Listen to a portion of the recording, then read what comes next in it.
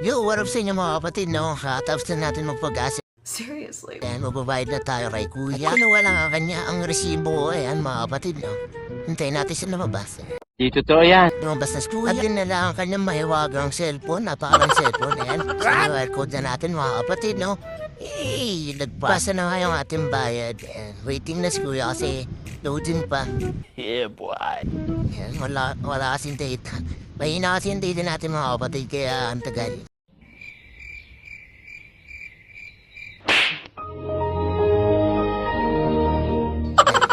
Umigot pa nga siya yan, no? Parang balerina talaga yan. Siguro umigot si kuya dahil naghanap siya ng signal, ayan. Dahil pumasok ko na nga yung bayad natin sa kanya at ibabalik niya na yung kanya maiwagang cellphone sa loob. Ibabalik niya pa nga sana yung resibo. Sabi ko, wag na. Ayan, papasok na sa loob. Binigyan niya yung resibo, mga kapatid, at bumalik. Sabi ko, mayroon ako sticker, mga kapatid. Bibigyan natin ng sticker, yan. Oh my God! Yan. At sabi niya pa sa akin, ikaw pala yung kuya, yung kwentong kapatid. Ngayon nakita na ito kuya eh. Yan.